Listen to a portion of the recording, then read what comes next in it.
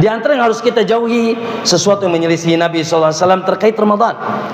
Contoh, maaf tidak sedikit sebagian kaum muslimin untuk menyambut Ramadan mereka mendatangi kuburan-kuburan tertentu. Mereka melakukan ibadah-ibadah tertentu, kumpul-kumpul tertentu. Lau kana khairan la sabaquna ilaih. Andai kata baik, niscaya orang-orang terdahulu dari Nabi dan sahabat yaitu mencontohkan kita. Ya, tidak ada keutamaan khusus ziarah kubur sebelum Ramadan, atau sebagian mengatakan Anda ada mandi wajib sebelum Ramadan, atau kumpul-kumpul sebelum Ramadan. Maka ma'asyiral muslimin, sebaik apapun satu tuntunan, maka harus ada tuntunannya, contoh dari Nabi sallallahu alaihi wasallam, dan itu tidak dicontohkan.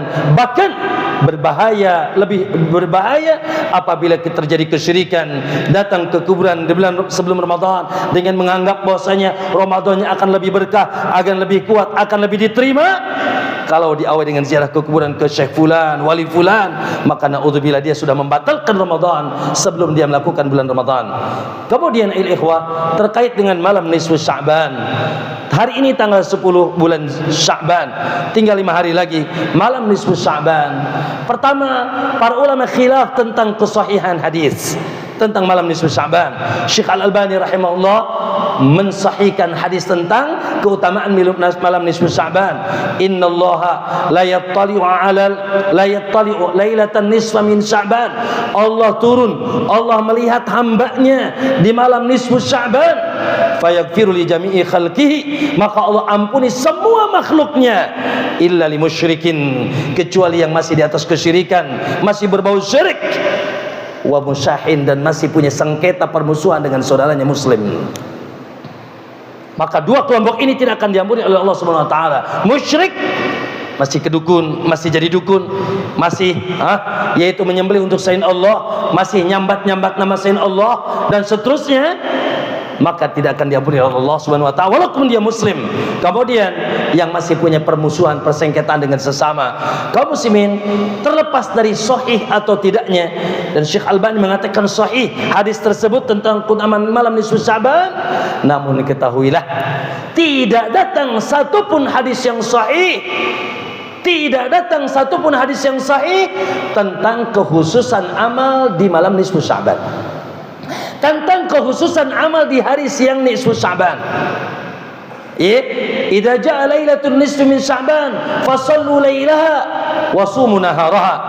Kata mereka, bila datang yaitu malam nisfu Sya'ban, maka salatlah di malam harinya dan puasalah di siang harinya.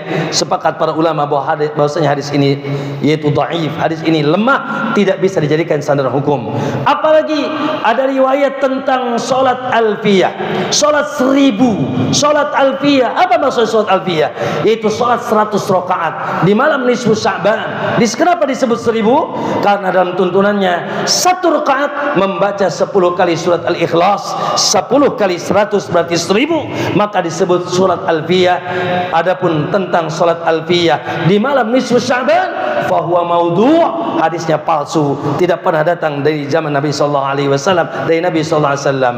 Sebagian tabi'in di Syam seperti Khalid bin Ma'dan, kemudian Luqman dan sebagainya, mereka memakmurkan malam nisfu Sya'ban dengan salat malam, dan diikuti oleh orang-orang Syam, orang-orang Palestina, orang Yordan, tapi diingkari oleh ulama Hijaz. Diingkari oleh ulama Hijaz, yaitu ulama Makkah dan Madinah. Maksudnya bukan melarang Anda sholat malam di malam itu, bukan melarang Anda puasa di hari itu, bukan melarang Anda membaca Quran di malam itu, di hari itu, tidak. Namun yang dimaksud mengkhususkan tiba-tiba ujuk-ujuk sholat malam di malam itu, tiba-tiba puasa di hari itu, ada bacaan ayat-ayat, baca surat ini sekian kali khusus di malam itu, maka pengkhususan ibadah tertentu yang tidak biasa dilakukan sebelumnya, maka ini butuh dalil, dan tidak ada dalil yang datang dari Nabi sallallahu alaihi wasallam. Maka itu sebagai penyempurna. Ayo ikhwah, pastikan kita akan sia-sia di sisi Allah apabila tidak ikhlas dan apabila tidak mengikuti sunnah Nabi sallallahu alaihi wasallam.